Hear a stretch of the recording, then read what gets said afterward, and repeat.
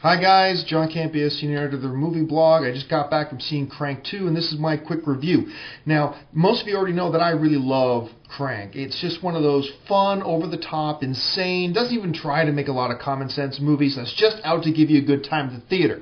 So, it was with great excitement that I heard that they were going to do a Crank 2. I just got back from seeing it, and I can tell you that despite some glaring weaknesses, Crank 2 did not disappoint me whatsoever. I had a lot of fun with it. Look, this movie picks up exactly at the moment where the first movie leaves off.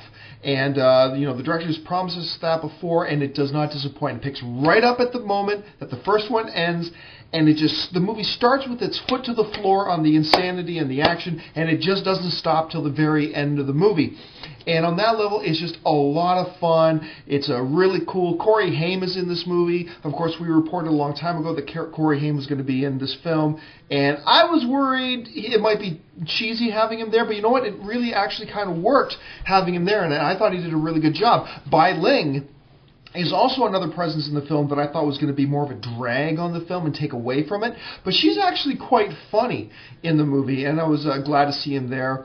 Dwight Yoakam returns as the Doc in it, and he's really funny, really hilarious. Jason Statham is, I've said this before, I'll say it again, Jason Statham was born to play this role, and this role was born so that Jason Statham could play it. It's funny. Has great action, it's over the top, it's insane, it gives you a great time. Now, having said that, there are a couple problems with this film. Number one of my biggest pet peeves in any movie, especially action movies, is shaky camera. Now, don't get me wrong, there is a difference between movies that have, as I have the camera here, handheld camera, where, the camera moves and it has that illusion of movement to it and all that kind of stuff. I understand that. But then you get some movies, like, for instance, some of the Bourne movies, where you get into an action sequence and the camera starts to do this, where you don't know what's actually happening on the screen. All you're seeing is a blur of images and sound and noise. And hey, maybe there's some kind of great fight going on, but you'd never know it because, as I put in my written review, the camera's shaking like it's being operated by some deformed chicken with a seizure. And it's really irritating. Now, most of the action sequences in Crank are fine. They use just a normal handheld movement, but you can see and discern all the action that's going on. There are a couple of action sequences in Crank 2 that, for me, were completely ruined because of this completely shaky cam situation thing going on, and it didn't need to be there. They didn't have to do that. Also, one of the good things about the Crank film is its unique style of editing. It's got a real flavor all of its own, of its jumps and its supers and all that kind of stuff.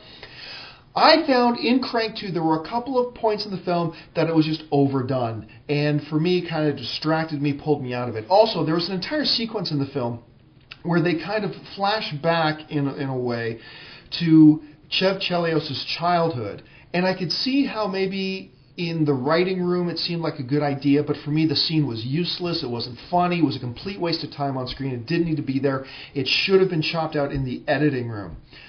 Having said that, none of that distracts from still the overall enjoyment of the film. I walked out of Crank 2 having had a great time.